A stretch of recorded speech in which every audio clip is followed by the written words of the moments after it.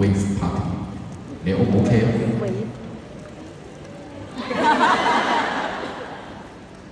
唔得咧，唔得，聽到咁嘅。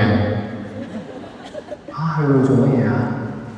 蹦切蹦切，我唔識黃切嘅，我唔黃切嘅喎，咁我去到企喺度又有啲掃興啦，係咪先？都驚嘅，即係你陌生嘅環境，再加埋陌生嘅人，就等於一個濕滑嘅道路有個粗心大意嘅司機，出事唔得。我真係冇乜喎，我以前細個連嗰啲 inter school 嗰啲波都冇去，係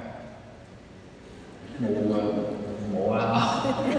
可以去巴飲杯嘢，但係唔好去 club 跳下嘢，即係大家可以飲嘢傾下偈咁樣 OK，但係唔使同知同知。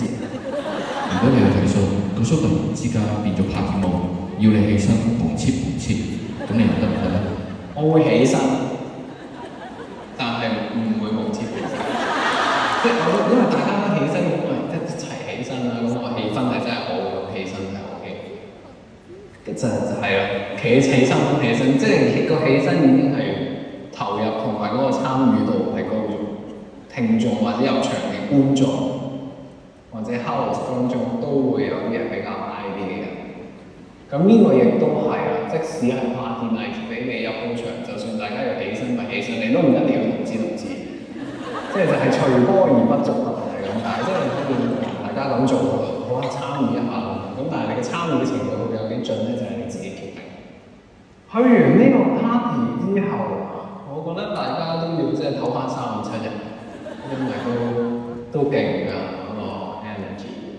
咁啊，同埋我相信其實大家都會，就算平時唔同知嘅，可能都會輕喐下啲手指咁樣，咁都花體力嘅。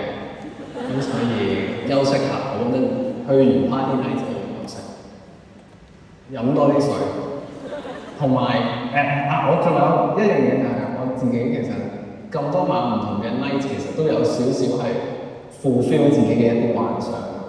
咁我一個係唔去 party 嘅，咁我就搞個 party night 俾大家體驗下，即係有一個全新體驗嘅 I 人 party 喎 ，I party。